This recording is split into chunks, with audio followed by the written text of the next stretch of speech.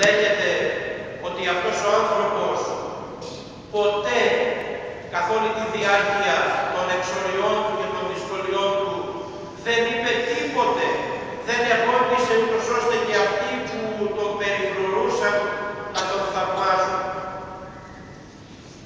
Ακόμη και αυτή τη δύσκολη στιγμή, αυτός ο ασκητικότατος άνθρωπος ήταν απόλυτα ταπεινός και απόλυτα τολμηρός, ούτως ώστε και αυτή τη σελίδα της ιστορίας του να μας την παρέχει σήμερα για να δοξάζουμε τον Θεό που αντιδοξάζει αυτούς που τον δοξάζουν. Και η τελευταία του πνοή και ο τελευταίος λόγος είναι εξίσου σημαντικός, γιατί λέγει, και αυτό το επαναλαμβάνουμε πολλές φορές όλοι μας και πρέπει να το επαναλαμβάνουμε, δόξα τω Θεώ πάντων ένεκε. Δόξα τω Θεώ για όλα. Φανταστείτε έναν αδύναμο άνθρωπο. Φανταστείτε έναν ταλαιπωρημένο άνθρωπο. Φανταστείτε έναν άνθρωπο τόσο μακριά από το πλοίο που αγαπά και διακονεί, να λέει δόξα τω Θεώ πάντων ένεκε. Ας πάμε και σε μια τελευταία ένδειξη σελίδα της ζωής του. Όχι γιατί είναι μόνο αυτές οι 4, αλλά είναι πάμπολες. Η τελευταία μεγάλη σελίδα της ζωής του είναι η Θεία Λειτουργία στην οποία βρισκόμαστε σήμερα. Το Ιερό Μυστήριο της Θείας Κοινωνίας, το οποίο είναι η ζωή και η Ανάσταση και η σωτηρία των ανθρώπων.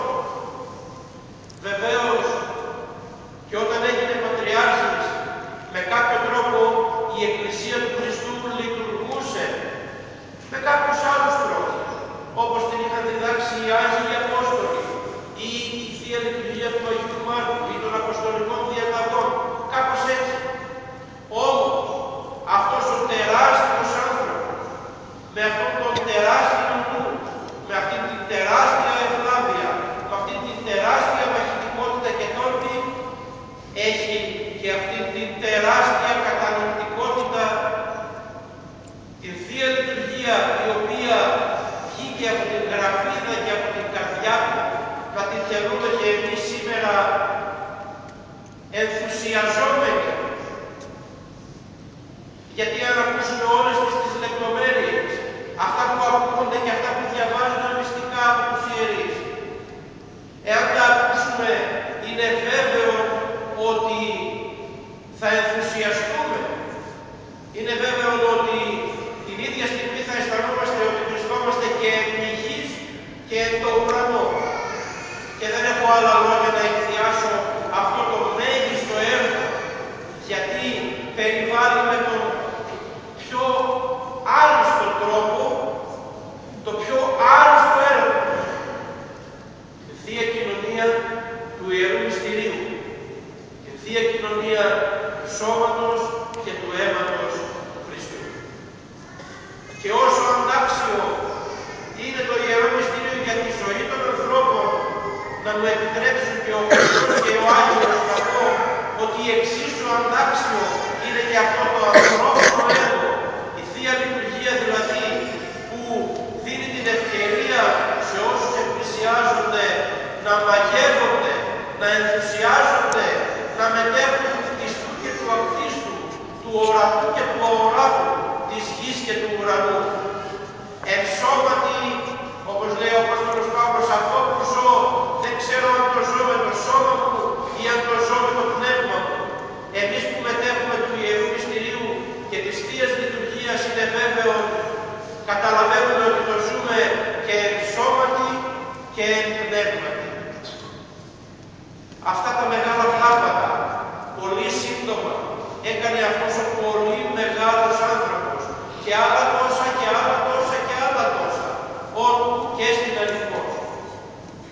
Άρα, είναι δυνατόν, όπως μας συμβούλευσε στην αρχή ο Απόστολος Παύλος, να μπορούμε να εξαγοράζουμε τον καιρό της ζωής μας. Θυμηθείτε την πρώτη σελίδα, η ορφάνια. Θυμηθείτε τη δεύτερη σελίδα, τα πολλά γράμματα, η εξυπνάδα. Θυμηθείτε την άλλη σελίδα,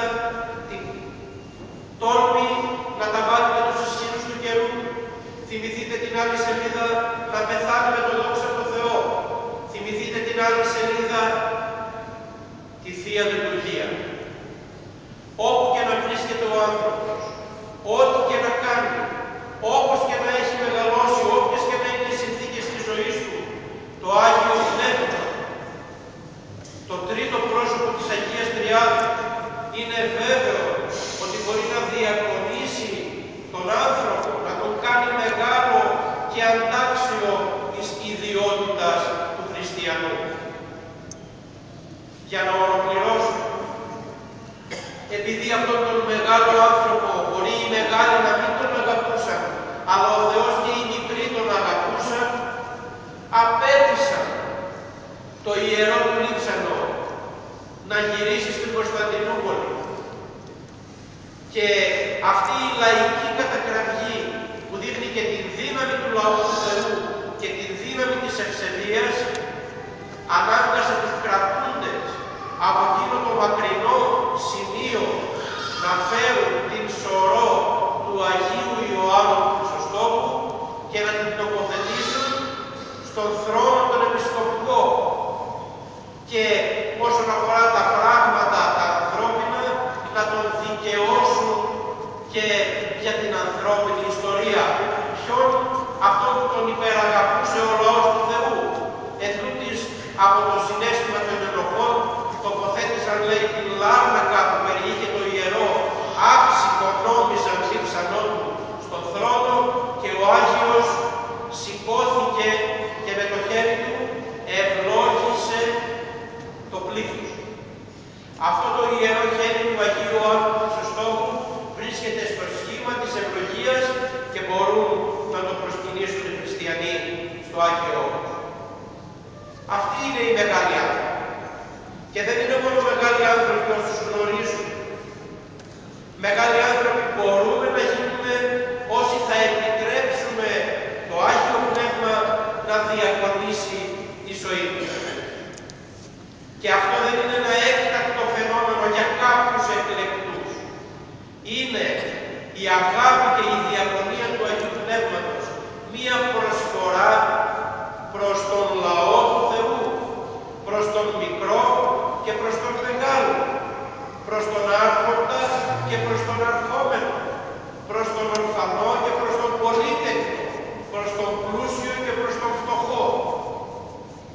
Νομίζω ότι από την εξιστόρηση κάποιων σελίδων της ζωής τους είδαμε ότι όπου και να βρίσκεται ο άνθρωπος, εάν έχει καρδιά, όπως λέει μια διοίκηση, μπορεί να σωθεί, μπορεί να γίνει μεγάλος άνθρωπος. Και το ότι είναι μεγάλος άνθρωπος δεν το αναγνωρίζουν μόνο οι χριστιανοί. Για την παγκόσμια ιστορία αυτός ο μεγάλος χριστιανός είναι ο μέγιστος εκκλησιαστικός συγγραφέας, ο Άγιος Ιωάννης ο Χρυσόστομος. Άλλη μια ηρωική σελίδα. Αυτός ο οποίος υπεραγαπούσε την προσευχή είναι και ο πολυγραφότερος των συγγραφέων του κόσμου, που έχει ερμηνεύσει όλη την Αγία Γραφή. Και μια και μνημονεύω αυτή τη σελίδα της ζωής του, να μνημονεύσω ότι πάλι η κάρα του, το κεφάλι του δηλαδή, πάλι διασώζεται και μπορούν να το προσκυνήσουν οι άνθρωποι στο Άγιο Όρος, όπου το αριστερό του αυτή βρίσκεται άφθορο στο κεφάλι του. Γιατί?